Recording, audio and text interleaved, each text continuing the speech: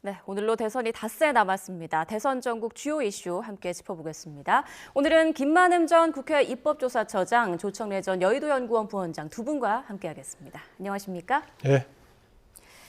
자, 먼저 사전투표 첫날인 오늘 대선 후보들도 직접 투표에 나서면서 선거 열기를 지폈습니다. 화면으로 함께 보시죠.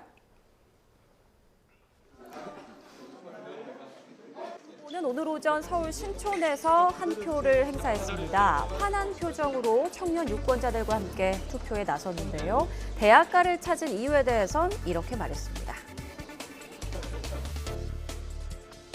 대한민국이 청년의 시대로 다시 되돌아갈 수 있게 해야 되고 이번 대선이 그 출발점이 됐으면 좋겠다는 소망으로 함께했습니다. 네, 국민의힘 김문수 후보는 이재명 후보의 지역구인 인천 계양에서 딸 동주 씨와 함께 투표에 나섰는데요. 김 후보 캠프에서는 이번 투표의 의미를 인천 상륙작전이라고도 불렀습니다. 이 후보 지역구에서부터 지지율 역전을 만들겠다 이런 의미와 함께 다정한 가족의 모습을 부각하기 위한 의도란 분석입니다.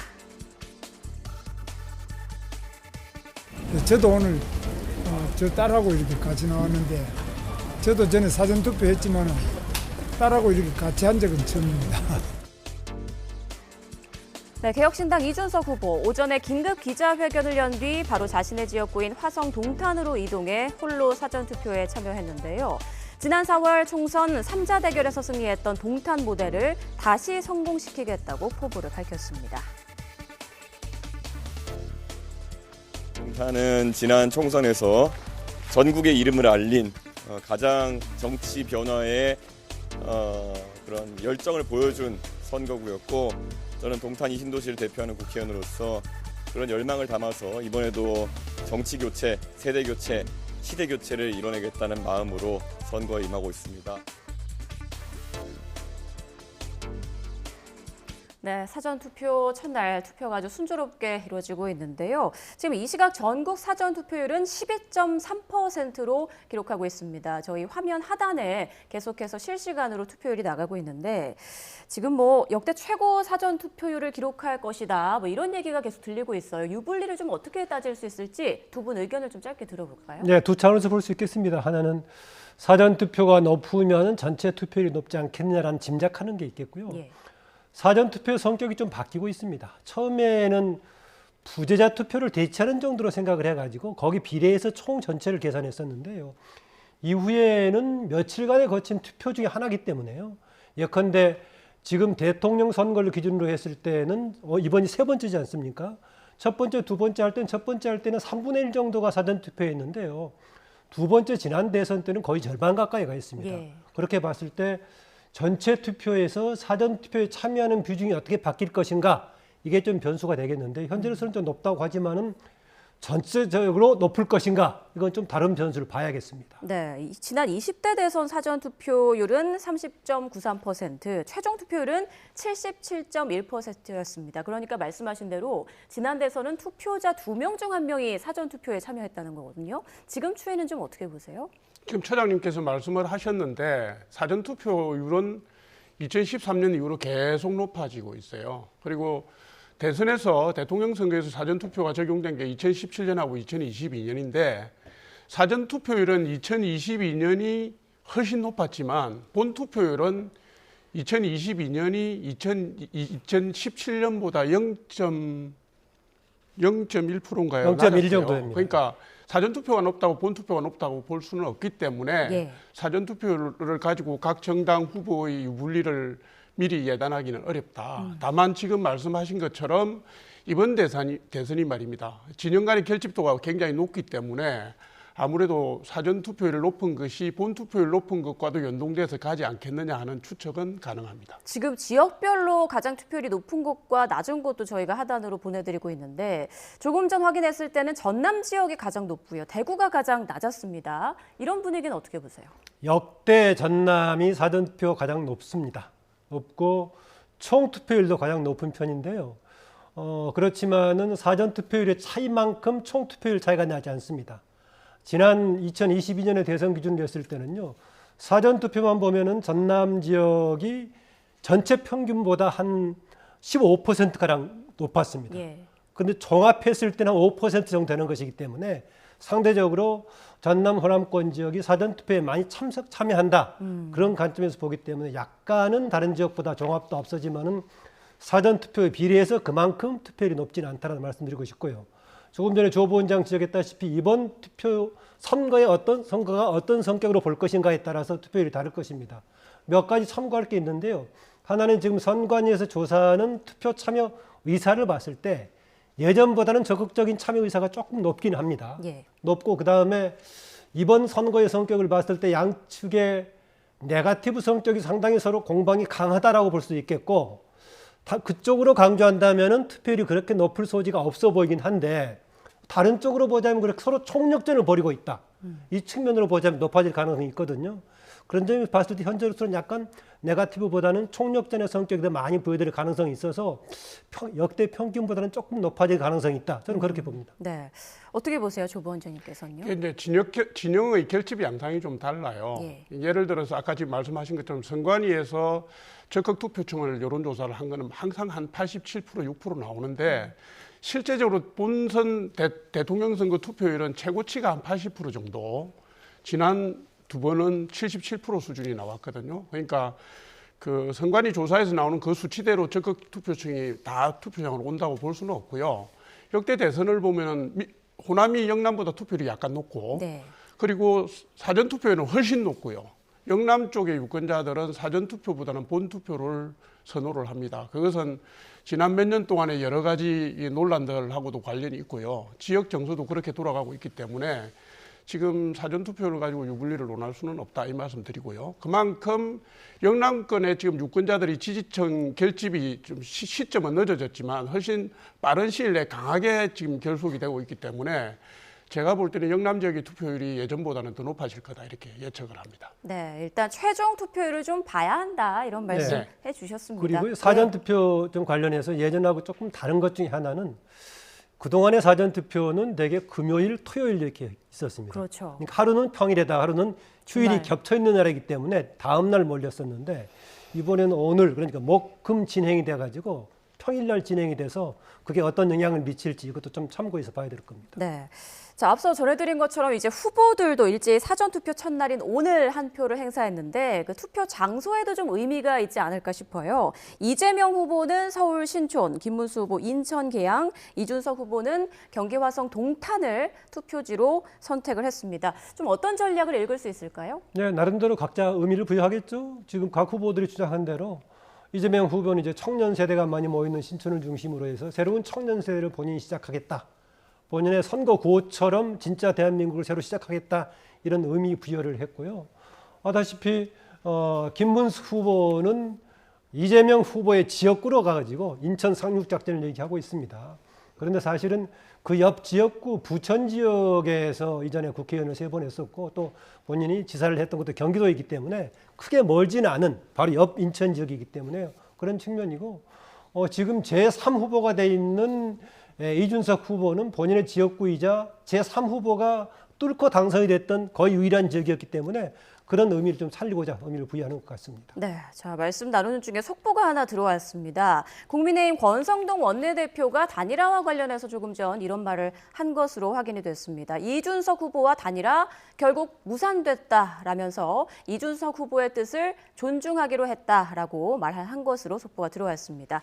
이제 투표장에서 유권자 선택에 따른 단일화가 이뤄질 것이라는 기존의 입장도 다시 한번 밝힌 걸로 전해졌는데요. 이 내용은 잠시 뒤에 이제 단일화 이슈와 관련해서 두 분과 조금 더 자세히 짚어보도록 하겠습니다. 자, 사전투표 얘기를 계속 나누고 있었는데 일종의 지원 사격도 좀 이뤄지는 것 같습니다. 문재인 전 대통령이 김정숙 여사와 사전투표에 나섰고 박근혜 전 대통령도 이제 사전투표에 나서면서 투표 독려를 하기도 했는데 이런 전직 대통령들의 지원 사격이 지지층 결집에 좀 도움이 될까요? 아무래도 되죠. 그분들을 좋아하고 추종하는 지지자들도 많고요. 그런데 이제 고수들이니까 은근한 행보를 통해서 메시지를 던지는 거죠. 직접적이지 참여해 않고. 주십시오. 예. 뭐 해서 비유적인 표현을 쓴다든가, 뭐 대놓고 뭐 지지해 달라, 뭐 투표해 달라 이런 말씀을 안 쓰시는 거죠. 예. 보수답다 봅니다. 네. 자, 그런데요. 한동훈 전 대표가 그 민주당 텃밭으로 불리는 광주에서 사전 투표를 했어요. 거기에서 말한 그 내용도 좀 의미가 있는데 지는 걸 알면서도 지금 싸우고 있는 사람들의 마음을 이해해달라. 좀 어떻게 해석할 수 있을까요? 복잡하네요. 그게 정말 승리의 가능성을 독촉하는 건지 예. 지지만은 뭔가 다른 목적을 위해서 하는 것인지 애매한 건데요. 호남 지역 가는 것은 나름대로 의미가 있다고 봅니다. 더구나 거의 10%대 자리야 그 정도 머물고 있는 국민의힘 계열 쪽에서 봤을 때 그 지역을 본인이 간다는 것 같다고, 또 하나 뭔가 새롭게 변화를 모색하려고 했을 경우에는 그동안에 상대적으로 보수 진영의 척박한 지역구였던 그 지역에 간다는 것도 나름대로 의미가 있기 때문에 김문수 후보를 포함한 국민의힘 전략이든 아니면은 본인의 장기적인 정치 전략이든 좀 유용한 장소를 택했지 않나 저는 그렇게 봅니다. 예. 그런가 하면 이제 한덕수 전 총리는 어제 SNS에 글을 올렸습니다. 김문수 후보를 응원하고 지지하는 마음으로 투표를 하겠다. 그래서 이제 오늘 사전 투표에 나섰어요. 그런데 이 자리에서 보니까 초록색 넥타이를 맺고 뭐 아무런 메시지도 전하지 않아서 뭐 일각에서는 아쉽다. 좀 일찍부터 국민의힘에 좀 지지를 해줬으면 어땠을까 이런 목소리도 들리더라고요. 예, 정치권에 있는 사람들은 다 좀 아쉽죠. 예. 왜냐하면 좀 도움이 되는 메시지나 행보를 좀 보여주셨으면 하는 아쉬움이 있겠죠. 그러나 이분은 뭐 평생 공직에 계셨던 분이고 뭐 정치적 메시지나 행보나 이런 프레임이나 이 부분에 익숙하지 않은 경험이 많지 않은 분이잖아요. 그러니까 뭐 정치권에서 볼 때는 작은 차이를 접고 통 크게 선이 굵게 한번 확 밀어줬으면 하는 아쉬움을 표하는데요. 예. 제가 볼 때는 며칠 전에 SNS를 통해서 지지 의사를 충분히 밝히셨고, 그러니까 아마도 신중한 모드로 새벽에 언론 기자도 없는 상황에서 투표하신 것 같아요. 네. 그분의 스타일이라고 봅니다. 네. 김재섭 의원이 지금 했던 말이 화면에 나오고 있는데요. 저걸 솔직하다고 봐야 될지, 제가 만약 현장에 있고 관련된 사람이라면은요, 비교적 호의적으로 해석하면서 본인한테 유리한 아전인수식으로 해석하는 것이 선거운동 차원에서 도움이 될 법도 한데, 있는 그대로 야박하게 좀 아쉽다라고 표현하는 것이 선거운동상 도움이 될지, 네. 김재섭 의원이 정치에 익숙하지 않아서 그런지 솔직한지는 모르겠습니다. 네. 자, 이번에는요. 자, 이 얘기를 좀 해보겠습니다. 지난 3차 TV 토론회에서 나온 이준석 후보의 발언과 관련해서 지금 파장이 커지고 또 길어지고 있는데요. 관련해서 나온 목소리 듣고 오시죠. 해당 표현은 제가 창작한 것이 아니라 이재명 후보의 장남 이동호 씨가 인터넷 커뮤니티에 직접 올린 글의 순화된 버전이었습니다. 저의 질문은 단순한 자극 목적이 아니라 단계적 검증이었습니다. 그런데 지금 문제를 제기한 저에게 혐오의 낙인을 찍으려는 집단 린치가 계속되고 있습니다. 제가 한 질문 가운데 어디에 혐오가 있습니까? 자신의 잘못을 회피하기 위하여 네거티브에 올인하는 이준석 후보가 개탄스럽습니다. 22년 대선 이후 윤석열 정부 시절 당사자는 혹독한 수사와 재판을 거쳐 벌금 500만 원형을 선고받았습니다. 자신의 과오에 대해 지난해 최종적으로 법적인 책임을 진 것입니다. 대선을 5일 앞둔 시점에 과거 문제를 마치 새로운 일인 것처럼 선거에 이용해서는 안 됩니다. 특정 커뮤니티에 도저히 입에 담을 수 없는 여성 사진에 음란한 댓글을 달거나 노골적인 성희롱성 표현을 사용하였고 700회가 넘는 도박 사이트 자금 충전 내역이 드러났습니다. 문제는 이 같은 부적절한 언행에 대해 아직까지 이재명 후보는 어떤 공식적인 사과나 입장을 내놓지 않았다는 점입니다. 네, 이준석 후보의 말과 각 당의 입장 들어보셨는데 일단 이준석 후보의 입장부터 좀 자세히 보겠습니다. 오늘 기자회견에서 밝힌 내용을 보면 뭐 어제에 이어서 사과 의사를 밝히긴 했습니다만 방점은 해당 표현은 내가 창작한 게 아니라 이재명 후보 장남이 인터넷 커뮤니티에 직접 올린 걸 내가 순화해서 인용한 거다. 여기에 좀 찍혀 있는 것 같거든요. 저게 이런 거죠. 먼저 말씀드리자면 이준석 후보가 방송 토론을 통해서 이 문제를 공개 제기한 것은 매우 부적절했다고 말씀드려야 되고요. 예. 정치권에서 문제를 제기하는 방식은 뭐 기술적으로 여러 가지가 있을 수 있습니다. 그런데 직접 질문해서 자극하는 형태를 길을 택했는데요. 그 방송을 보던 국민 모두가 당혹스럽고 당황했습니다. 그래서 이거는 부적절했다는 말씀을 제가 드리고요. 예. 근데 이 민주당이 대응하는 방식이 저는 좀 못마땅합니다. 뭐 이런 겁니다. 이거 민주당이 여태까지 주장해온 게 뭐냐면 대통령 가족은 매우 중요하기 때문에 무한검증의 대상이라고 했고 지금까지 그런 공격적 행보를 해왔어요. 그런데 이게 지금 조성래 그 수석 대변인이 보면 과거의 일이고 지나간 일인데 법적 판단도 받았다 뭐 이런 얘기를 하잖아요. 예. 작년에 법적 판단 받았습니다. 벌금 500만 원. 근데 이 문제와 관련해서 이재명 후보나 민주당이 어떤 공식적 입장이나 사과나 이런 걸 한 적이 없어요. 그러니까 이것도 예를 들면 윤석열 정권 3년 내내 퍼부었던 내용까지 포함해서 보면 자기 자신에 대한 검증, 자기 가족에 대한 검증에 대해서는 엄격해야 된다. 자꾸 회피하고 피해가고요. 이재명 후보 이 문제와 관련된 기자의 질문하니까 안타깝습니다라고 지나갔어요. 본인이 안타깝다는 얘기인지 국민이 안타깝다는 얘기인지 그것도 모르겠습니다. 그래서 이거는 이미 공개돼서 법적 공방까지 갔기 때문에 이 판단은 국민들이 하시는 거고요. 법적 공방 속에서 사실관계는 더 명확해지리라고 봅니다. 네, 자 우리 조청래 부원장님 말씀은 이준석 후보가 토론에서 그런 발언을 한 것 자체는 굉장히 부적절하지만 민주당에서 밝힌 입장이죠. 왜 과거에 가지고 다시 그러냐.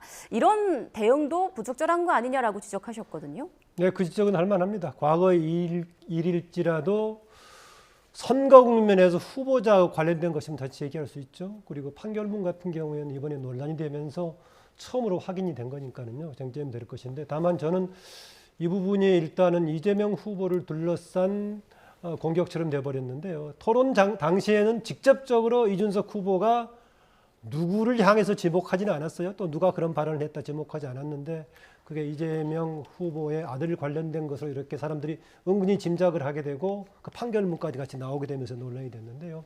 저는 이 부분은 일단 이재명 후보 중에서 아들과 관련된 부분을 깨끗하게 그냥 정리 사과하고 지나가면 좋을 것 같은데 계속 이를 키워서 역공격을 했을 경우에 우리의 지금 대선 풍토뿐만이 아니라 전략적으로 이재명 후보한테 도움이 될까?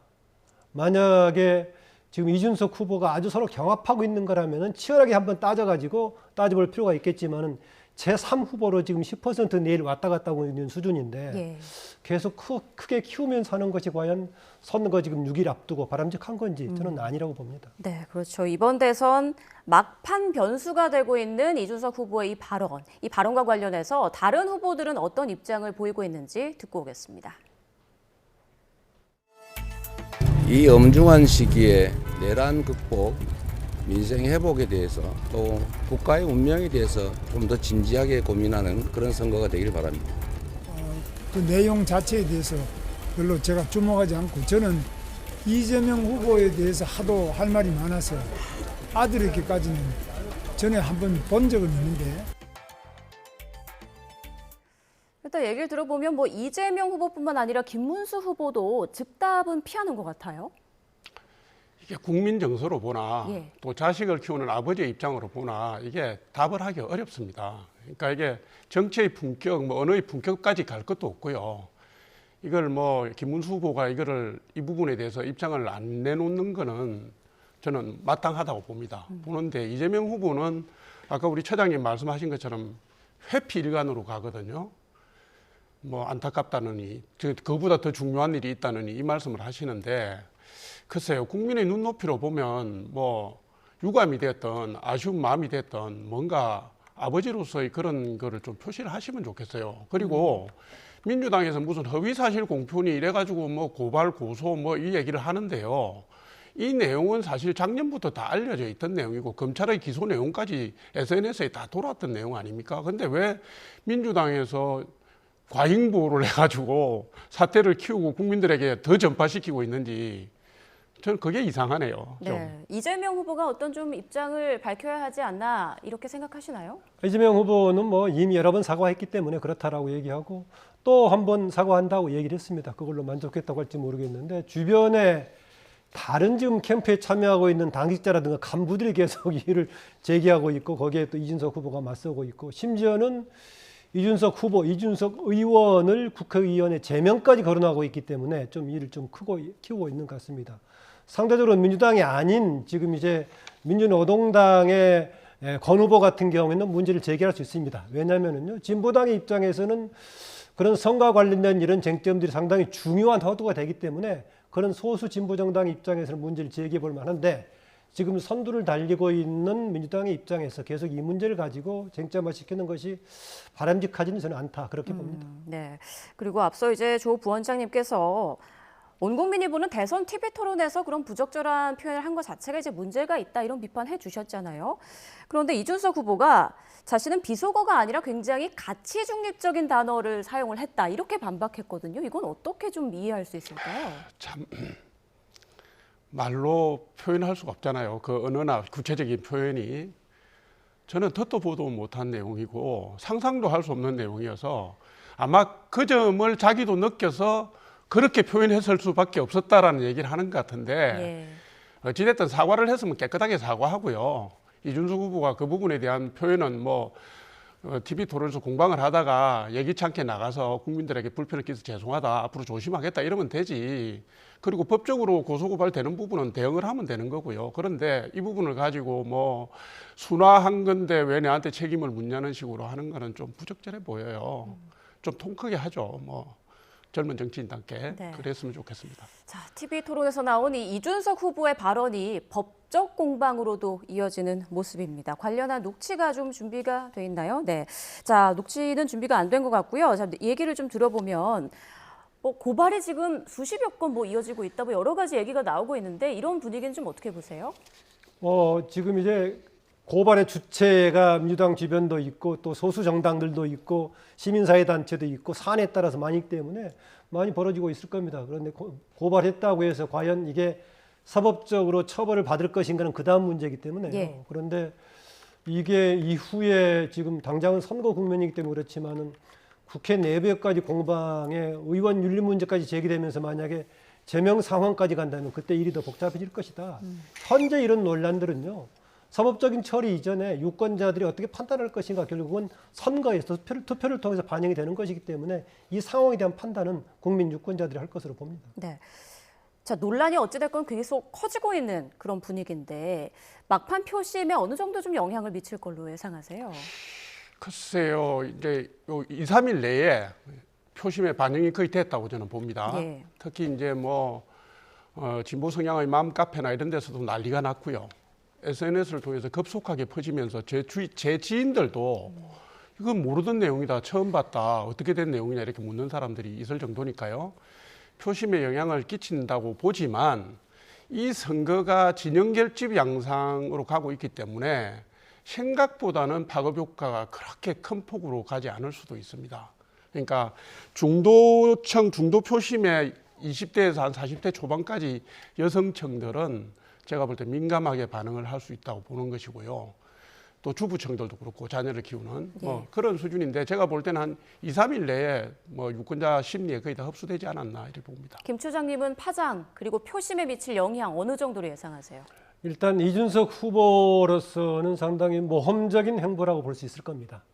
상당히 지금 아다시피 지난 3차 토론은 주로 이준석 후보가 꺼냈던 우리 식사할 때 쓰는 그 도구하고 코끼리만 지금 남아있는 거 아니겠습니까? 주로 이준석 후보가 했던 발언이기 때문에 이게 긍정적이든 부정적인 이준석 후보를 둘러싸고 있기 때문에 만약에 뭔가 주목을 끌어내어 성공했다면은 10%를 넘어서 약간 돌파하는 도움이 될 것이고 그게 아니라면 더 꺼질 가능성이 있는 거 아니겠습니까? 그래서 큰 정당으로서는 아니면 상당히 1, 2등을 하고 있는 후보로서는 이렇게 모험적인 발언이라든가 토론을 하면 아주 위험하죠.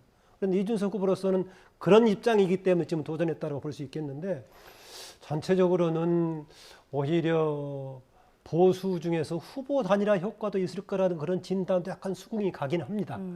이준석 후보가 모험주의적으로 이렇게 뭔가 돌파해 보려는 그런 시각을 보이고 있기 때문에 조금 더 무게중심이 있는 지금 김문수 후보 쪽으로 약간 쏠릴 가능성도 있어 보이는 그런 느낌이 있긴 합니다. 예, 일각에서 이런 얘기도 하더라고요. 이번 논란으로 인해서 반사 효과라고 해야 될까요? 김문수 후보의 어떤 청렴함이 좀 부각되는 거 아니냐 이런 분석에 대해서는 어떻게 보세요? 그렇죠. 가족 리스크가 전혀 없는 후보니까요. 그러니까 아마 김문수 후보 같은 분은 저런 상황을 상상도 할 수 없었을 겁니다. 그런데 이제 어쨌든 지금 이재명 후보는 2022년 대선 때부터 계속해서 가족 리스크가 부각이 되고 있거든요.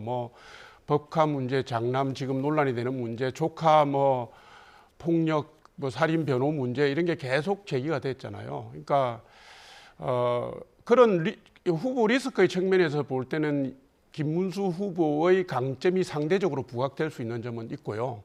이런 부분들이 지금 여론조사 공표 금지 기간에 표심에 영향을 미칠 걸로 봅니다. 네. 자, 이번 이준석 후보에 대해 민주당에선 한국 정치에서 퇴장될 것이다 이렇게 아주 강하게 비판하기도 했고, 국민의힘 김용태 비대위원장은 성폭력 발언을 한 사람을 먼저 비판해야 한다 이렇게 목소리를 높이기도 했습니다. 관련 발언 들어보시죠. 40대라는 점을 빼놓고는 아주 구악의 정치인보다도 못한 한국 정치사의 거의 퇴물 수준의 행위를 했다고 봅니다. 이준석 후보는 이번 대선의 결과와 상관없이 결국 한국 정치에서 퇴장될 것이다 이렇게 생각합니다. 이준석 후보를 비판하기 이전에 그런 성폭력적인 발언을 한 사람들에 대한 비판이 먼저여야 된다고 생각됩니다. 그렇지 않고 이준석 후보만을 비판하는 것은 전 위선적인 태도라고 생각이 듭니다. 네, 이번 논란에 대해서 어떤 입장을 밝히는가도 좀 표심에 영향을 미칠 수 있을 것 같은데 이 두 명의 발언 좀 어떻게 들으셨습니까? 그런 지적 충분히 할 만하다고 봅니다. 그런데 김민석 지금 의원이 했던 퇴출 얘기하는데 하여튼 이건 선거 끝나고 봐야 되겠고요. 그런데 전반적으로 봤을 때요. 왜 이런 정도의 발언들이 우리 정치적인 화두가 될까라는 것은 서로가 현재 한국 정치 상황 또 이번에 대선 국면을 만들고 있는 후보들이 처해 있는 수준 같은 것을 공통으로 서로 끌어내리고 있는 거 아닌가 같이 반성해야 될 부분 같습니다. 우리가 흔히 선거를 이야기할 때요. 정책 선거 이런 얘기하는데 정책 선거는 무엇이 먼저 해결돼야 되느냐. 후보자들의 도덕성과 자질이라든가 리더십 문제가 해결이 됐을 때 서로 그것은 공유하고 인정했을 때 그다음에 정책을 둘러싸고 미래의 비전 공방을 벌이는데 이번 대선은 누가 뭐래도 지금 후보자들의 자질, 리더십 자체가 쟁점이 될 수밖에 없습니다. 더구나 이번 조기 대선이 지난번에 윤석열 대통령의 실패한 리더십 때문에 치러지는 선거가 아니겠습니까? 그래서 이번 새로 뽑는 대통령은 그건 실패한 리더십이 아니고 뭔가 국민을 이끌어가는 새로운 리더십에 주목하기 때문에 정책 이전에 그 사람의 자질이라든가 역량, 뭔가 리더십을 볼 수밖에 없는 그런 선거다. 그래서 이런 문제들이 좀 부각이 되고 있다. 그렇게 봅니다. 네, 김용태 비대위원장의 발언은 어떻게 보세요? 그러니까 성폭력 발언을 한 사람을 먼저 비판해야 한다. 이 같은 지적이요. 아니 민주당이 저렇게 1초의 텀도 없이 벌떼같이 일어나서 하니까 상대당의 입장에서는 니들 반성부터 좀 해야 되는 거 아니야 라는 문제 제기를 한 겁니다. 달을 가리킨다고 손가락을 딱 내밀었는데 왜 손가락만 갖고 얘기를 하느냐.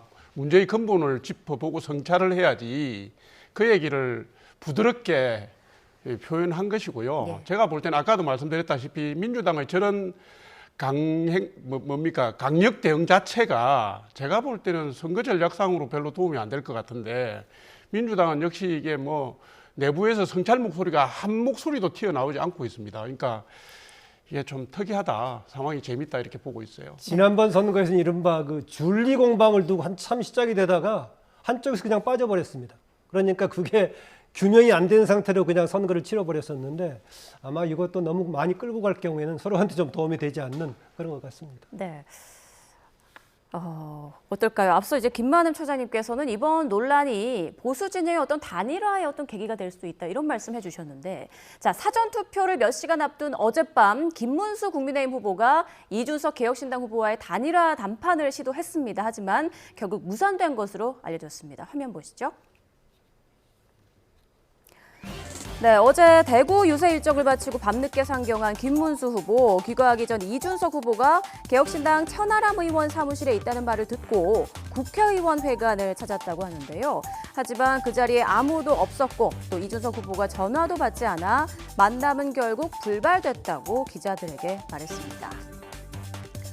그리고 사전투표가 시작된 오늘도 김문수 후보는 끝까지 단일화를 위해서 노력하겠다라고 밝히는가 하면 이준석 후보는 단일화 의사가 없음을 분명히 했는데요. 두 후보의 말 직접 들어보시죠.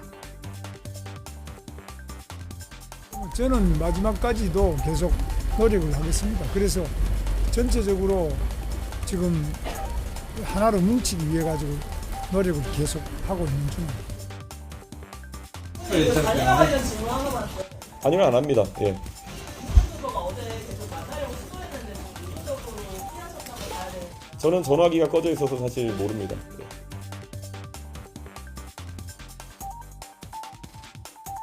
앞서 그 권성동 원내대표가 단일화는 이제 뭐 끝났다. 이준석 후보의 좀 의견을 존중해주기로 했다 이렇게 말을 했거든요. 가능성이 아예 없다, 끝났다라고 보시는지요? 지금 뭐 시효상으로 그렇죠. 뭐 마지막 마지노선이 사전 투표 전이라고 봤는데 네. 물론 뭐 정치라는 게 예단할 수 없습니다. 모든 가능성이 있으니까 본투표 전까지도 어떤 이벤트나 뭐 변동이 있을 수는 있지만 우리가 투표 행위의 효과 측면에서 볼 때는 이제 그 효과가 지금 이후로는 크지 않다라고 보는 것이고요. 그래서 우리가 합리적으로 볼 때는 뭐 이준석 후보 입장도 존중해주고 3자 구도라도 이준석 후보가 이재명 후보한테 가는 표를 붙잡는 측면도 있거든요. 저수지론 아닙니까 그게? 있기 때문에 3자 구도로 가더라도 충분히 해볼 수 있다는 게 국민의힘 내부에서 전략가들이나 내부 구성원들 목소리가 있습니다. 근데 이제 좀 아쉬운 점은 예. 김문수 후보가 이렇게 찾아갔을 때요. 젊은 정치인답게 왜 피합니까?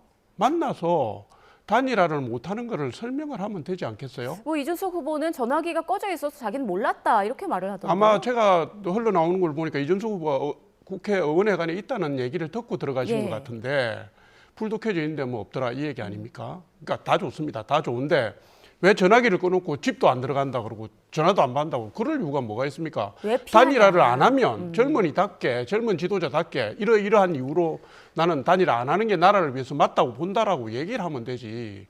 단일화를 요구하는 게 국민들의 여론이 상당히 높잖아요. 그러면 자기의 색깔을 분명하게 드러내고 설명하는 게 맞다. 피하지 말고. 그게 명분 없어 보이잖아요. 좀 아쉬운 점이라고 봅니다. 그런데 이제 김철근 개혁신당 종합상황실장이 SNS에 이런 글을 올렸더라고요. 김문수 후보 측의 단일화 제의는 명백한 해위다, 허위다. 그러니까 굉장히 좀 불편한 기색을 드러내던데요. 사실 단일화를 하지 않으면서 양쪽 다 단일화한다고 하면 득이 될 게 없습니다. 만약에 이준석 후보 쪽에서 단일화 가능성을 남겨놓고 남은 선거기간 선거운동을 하면은 이 후보는 저쪽으로 갈 사람인데 하면서 지지할 세력이 붙지 않기 때문에 설령 한다고 하더라도 마지막까지 하지 않을 것이다. 이런 짐작 속에서 후보 단일화 가능성을 내놨는데요. 오늘도 단호하게 오늘까지도 후보 단일화 않는다라고 잘라서 얘기하는 것 보면 가능성은 크지 않다. 아주 뭐 미약하다라고 보고요. 그런데 지금 이재명 후보는 여전히 단일화 가능성을 남겨놓고 경고를 하고 있어요. 맞습니다. 저는 뭐 다른 전략도 포함되어 있다고 보는데요. 그동안에 상대적으로 이준석 후보를 향해서는 그 내란 세력이라는 규범을 짓지 않았었거든요. 유일하게 했던 것이 왜 그날 국회에 바로 본회의장에 가지 않고 뒤늦게 안 들어가려고 그러고 있었느냐 이런 식의 공격만 있었는데 최근에 이 문제 특히 이제 그 아들 관련된 공방이 터지기 시작하면서 이준석 후보도 같은 틀로 묶어서 이른바 내란 세력 일환으로 묻는 그런 프레임을 전개하기 위해서 아마 그런 측면이 있어 보입니다. 그래서 아직까지도 이준석 후보는 공동 전략을 펴고 있다. 이렇게 규정을 하는 그런 성격이 좀 강합니다. 그래서 실제로는 이재명 후보가 이준석 후보가 가지고 있는 단일화 가능성이 커졌다는 그런 의미보다는 같은 세력으로 규정하고자 하는 그런 프레임상에서 아마 가능성을 남겨놓는 그런 진단을 하고 있습니다. 네, 말씀해 주신 대로 이재명 후보가 이제 오늘 오후 SNS에 글을 올렸는데 지금 이준석 후보가 단일화 절대 안 한다고 하지만 결국 후보를 포기하고 김문수 단일화로 내란 부패 갈라치기 연합을 확신한다라고 말을 했습니다. 그리고 덧붙인 내용을 보면 당권과 선거비용 대납이 조건일 것 같은데 이게 사실이면 후보자 매수라는 중대선거범죄다. 뭐 어느 정도 좀 얘기를 듣고 하는 말인가요? 확신까지 하면서 이런 입장을 밝혔는데요. 그걸 우리가 전통적으로 정치권에서 예. 그 예방주사 놓기 혹은 바람빼기라고 합니다. 바람빼기다. 그냥 막판에 본투표 하루 전이라도 전격 단일화할 경우 그 충격이 뭐 3%든 4%든 5%든 미칠 가능성을 배제할 수 없잖아요. 그러니까 이게 저건 야합이니까 국민 여러분 하더라도 야합이니까 마음 주지 마세요. 이거를 예방조사 넣기를 하는 겁니다. 미리 좀 김을 빼는 거다 이런 네, 말씀이시군요. 그런데 예. 잘 아시는 것처럼 김문수 후보의 삶은요. 안과 밖이 똑같습니다. 평생이 그랬습니다.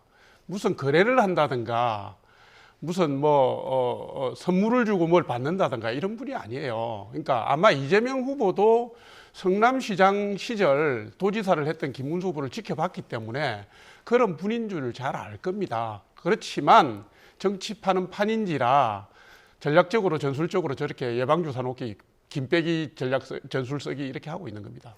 아마 선거비를 상대방이 보전하면 당연히 정치선거법이 걸리는 거고요. 혹시 그럴 여지가 있다면은 이후에 정당 재편성되면서 통합이 된다면은 같은 정당의 책임이 되는 것이기 때문에 그런 방식을 통해서 보전의 여지는 있는 거죠.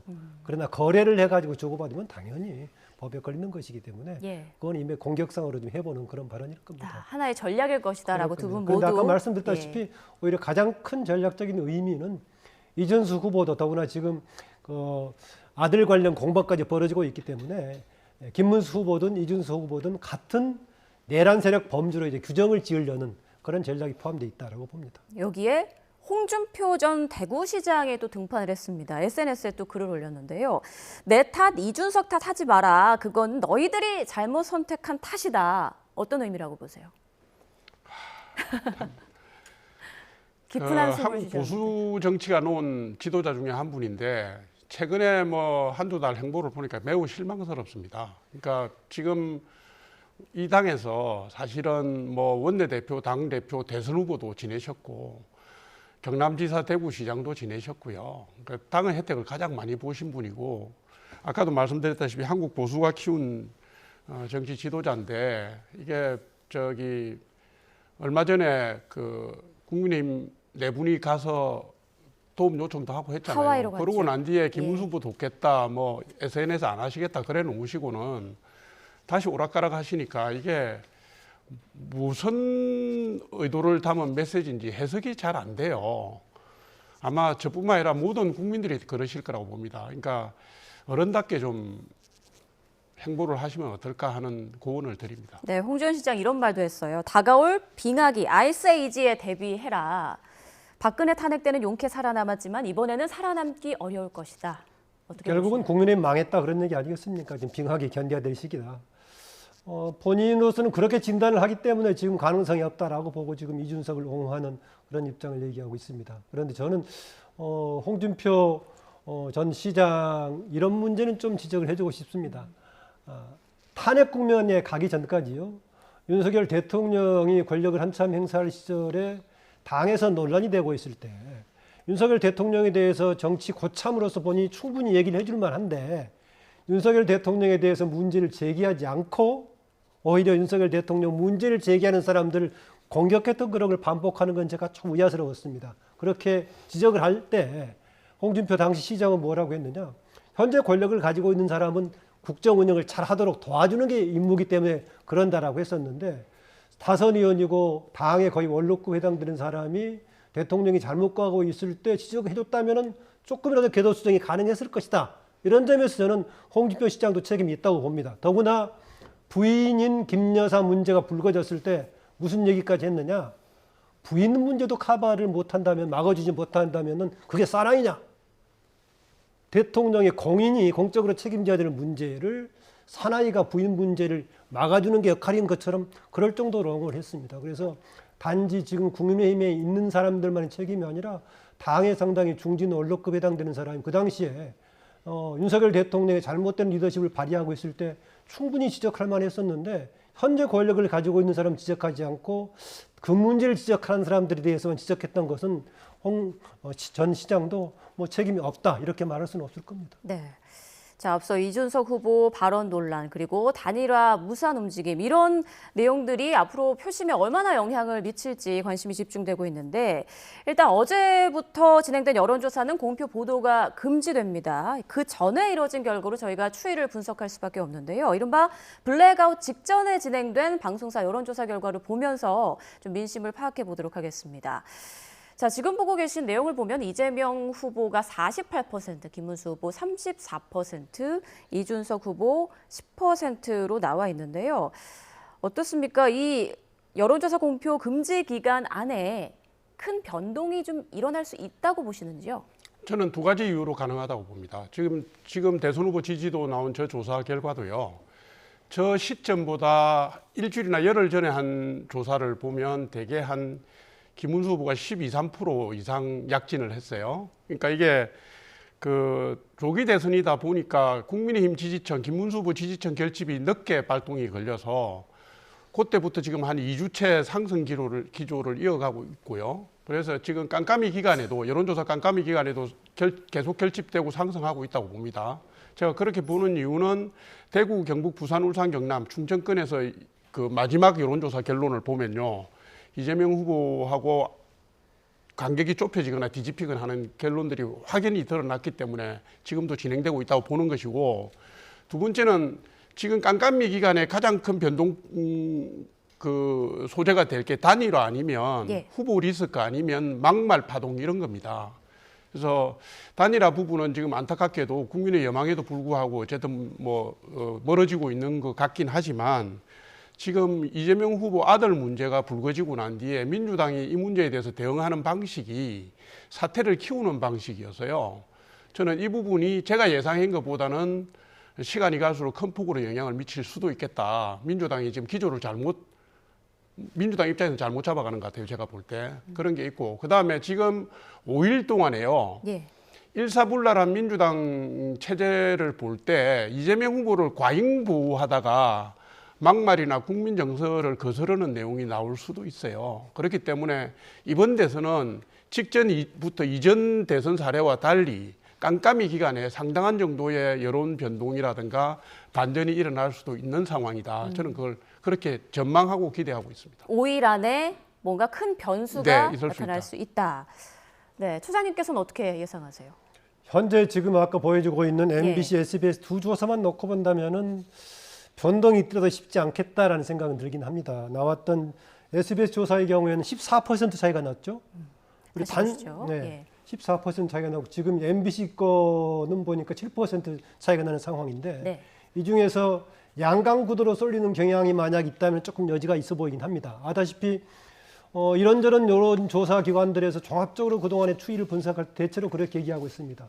계속해서 김문수 후보가 추격하는 추세다. 그러나 최근에 와서는 그 추격하는 속도가 조금 낮다. 양이 나는데 나머지 지금 5, 6일 동안에 그걸 좀 추격할 수 있을지 좀 두고 봐야겠습니다. 지금 제시된 MBC, SBS 두 조사만 놓고 본다면 저는 뒤엎을 정도의 가능성은 크지 않다라고 보는데 특이한 조사들의 경우에는 데일리안 조사의 경우는 0.9%까지 추격 확률도 나오고 있기 때문에 다양한 조사를 아마 종합적으로 봤을 때 어떨지 이건 좀 두고 봐야겠습니다. 네. 자, 그렇다면 앞으로 돌발 변수 좀 어떤 걸 예상해 볼 수 있을까요? 앞서 이제 부원장님께서는 단일화, 후보 리스크, 막말 파동 이 세 가지를 좀 꼽아주셨는데요. 저는 뭐 새로운 변수보다는요. 그동안에 서로 이미 문제가 드러날 건 드러났습니다. 예컨대 지금 민주당 후보 진영에서는 김문수 후보를 향해서 결국은 내란 세력 청산과 관련된 거 아니겠습니까? 대체로 국민들도 알고 있고요.